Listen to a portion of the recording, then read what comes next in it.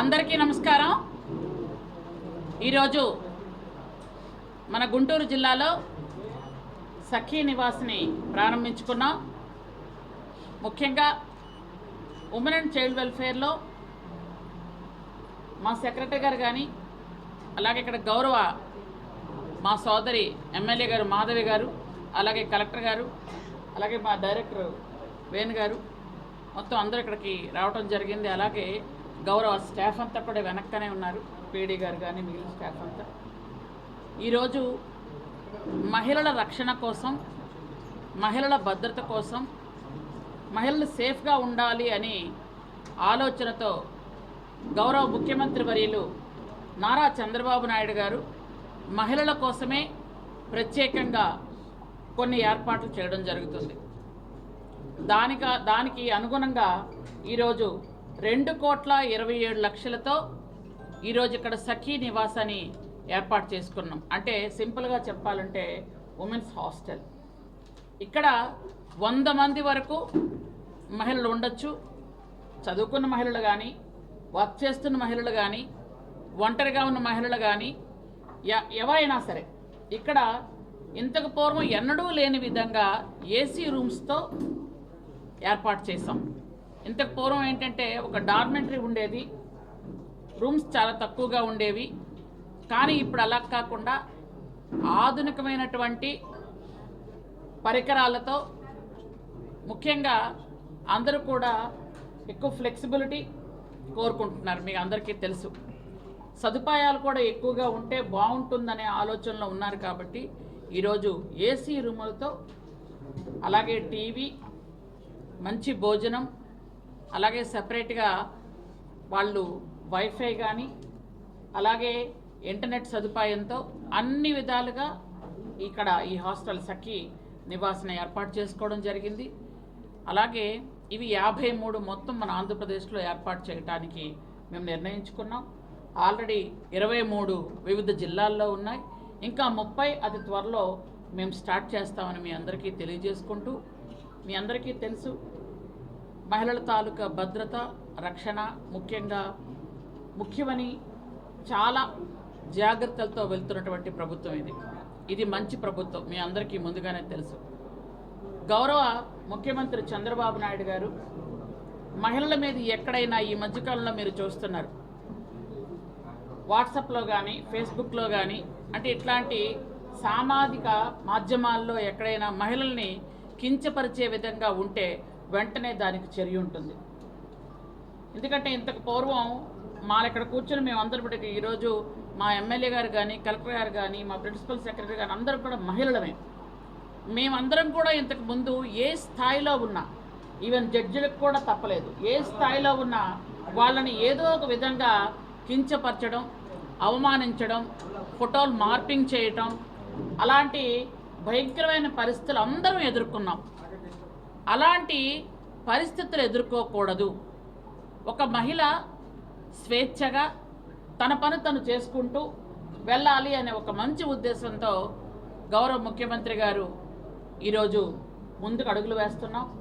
అలాగే మీకు అందరికీ తెలుసు, శక్తి యాప్ అని ఒకటి ఏర్పాటు చేశారు గౌరవ హోంమంత్రి గారు, వీళ్ళంతా కూడా దీనికి ఈ శక్తి యాప్ ఏంటంటే ఎవరికైనా ఎక్కడైనా ఇబ్బంది కలిగితే ఆ శక్తి యాప్ ముందుగానే డౌన్లోడ్ చేసుకుంటే ఫోన్ని ఒక 3 సార్లు ఇలా తిప్పితే చాలు వాళ్ళకి కనెక్ట్ అవుతుంది। ఎక్కడున్న మహిళల మీద మనం ఎన్ని జాగ్రత్తలు తీసుకున్నా ఎక్కడో ఒక దగ్గర ఏదో ఒక సంఘటన మనం చూస్తున్నాం, వింటున్నాం।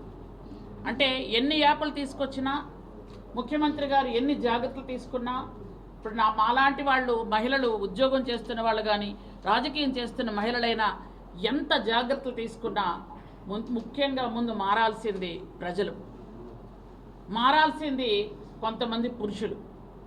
ఎందుకనంటే మనం ఎన్ని చేసినా కానీ ఎక్కడో ఒక దగ్గర ఒక అపశృతి వినపడగానే ఎంత బాధపడుతున్నాం। నిన్న మీ అందరికీ తెలుసు, ఎన్టీఆర్ జిల్లాలో మనం 1 స్టాప్ సెంటర్ ఒకటి ఏర్పాటు చేసాం। ఇవి 26 జిల్లాల్లో కూడా ఏర్పాటు చేసుకుంటున్నాం। వాటి తాలూకా ప్రాముఖ్యత ఏంటో మీ అందరికీ ఆల్రెడీ తెలుసు। 1 స్టాప్ సెంటర్ అంటే అక్కడ మహిళలు ఉద్యోగం చేస్తున్న వాళ్ళు కానీ, వ్యాపారం చేస్తున్న వాళ్ళు కానీ, రాజకీయం చేస్తున్న ఎటువంటి మహిళలైనా వాళ్ళకి ఫిజికల్గా కానీ మెంటల్గా కానీ ఎలాంటి టార్చర్ ఎవరైనా చేసినా, ఎక్కడైనా వాళ్ళు మానసికంగా కానీ బాధపడినా, వాళ్ళని ఎవరైనా అటాక్ చేసినా, ఇట్లాంటివి ఏవైనా ఉంటే బయటకు చెప్పుకోలేని పరిస్థితిలో ఉండేటప్పుడు ఆ సెంటర్కి వచ్చి వాళ్ళు చెప్పుకుంటే అక్కడ వాళ్ళకి వైద్య సదుపాయం కానీ, లాయర్ల సదుపాయం కానీ, పోలీసులు అక్కడే ఉంటారు.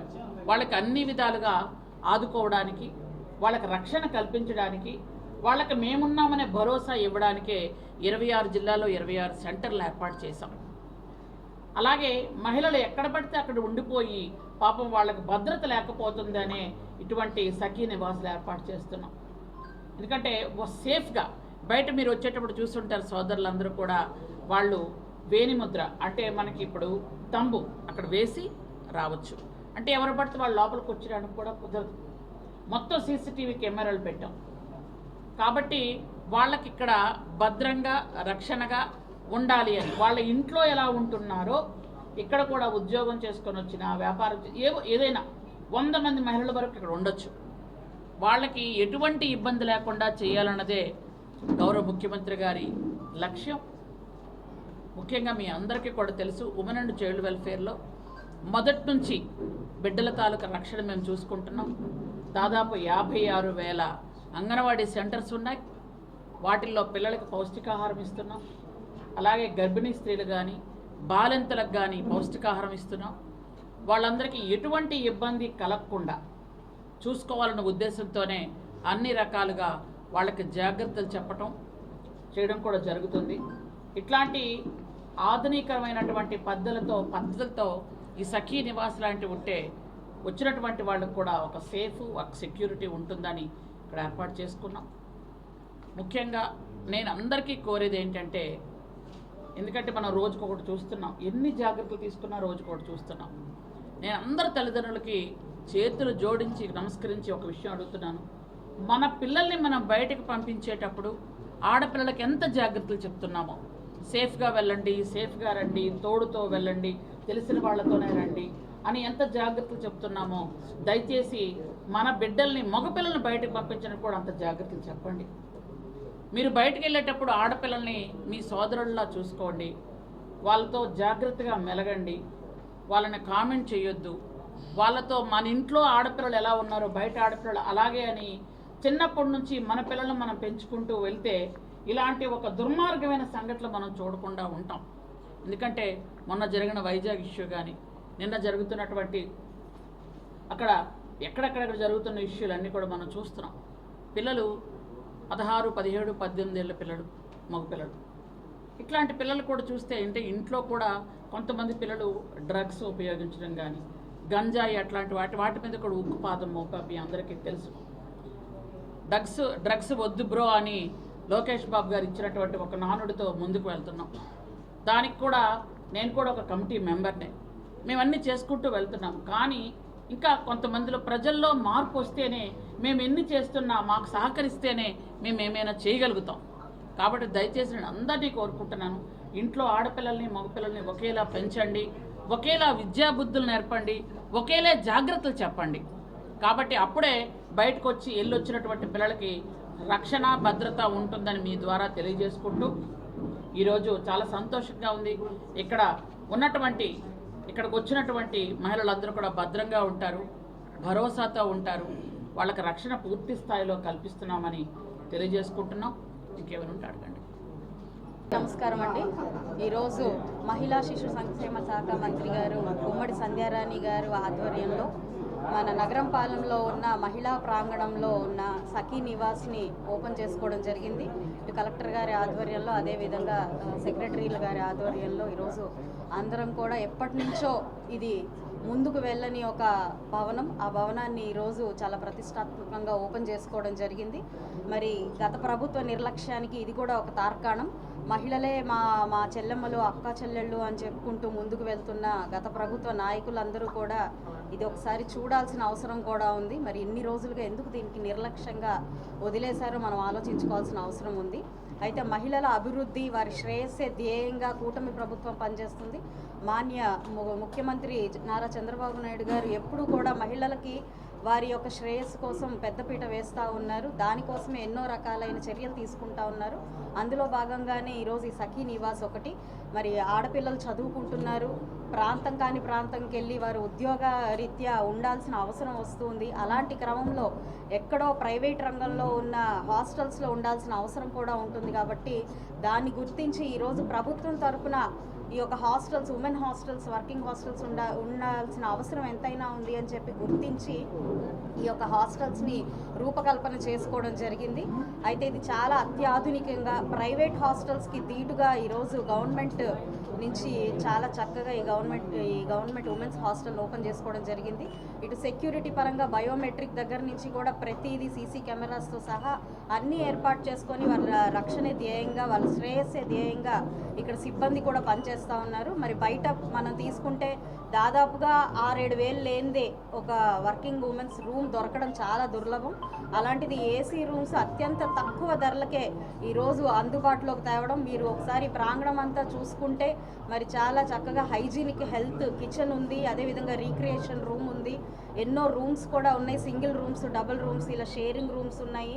సో మహిళలు ఎంత దూరంగా వాళ్ళు వెళ్ళి కష్టపడి వస్తున్నప్పుడు వాళ్ళు సేద తీరడం కోసం అదేవిధంగా చాలా రక్షణాత్మకంగా ఈ యొక్క ఉమెన్స్ హాస్టల్ని ఏర్పాటు చేసుకోవడం జరిగింది.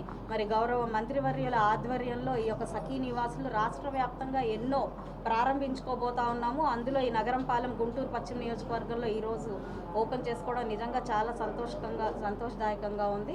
అండ్ సంధ్యారాణి గారి ఆధ్వర్యంలో ఇప్పటికే ఎన్నో సంక్షేమ కార్యక్రమాలు, అభివృద్ధి కార్యక్రమాలు ఇటు మహిళల కోసం అటు శిశు సంక్షేమం కోసం ముందుకు వెళ్తూ ఉన్నాయి. ఇంకా మరిన్ని అద్భుతాలు జరుగుతాయి అని చెప్పి మేము ఆకాంక్షిస్తూ నారా చంద్రబాబు నాయుడు గారికి ఈ సందర్భంగా మహిళలందరి తరపున కృతజ్ఞతలు చెప్పుకుంటున్నాం.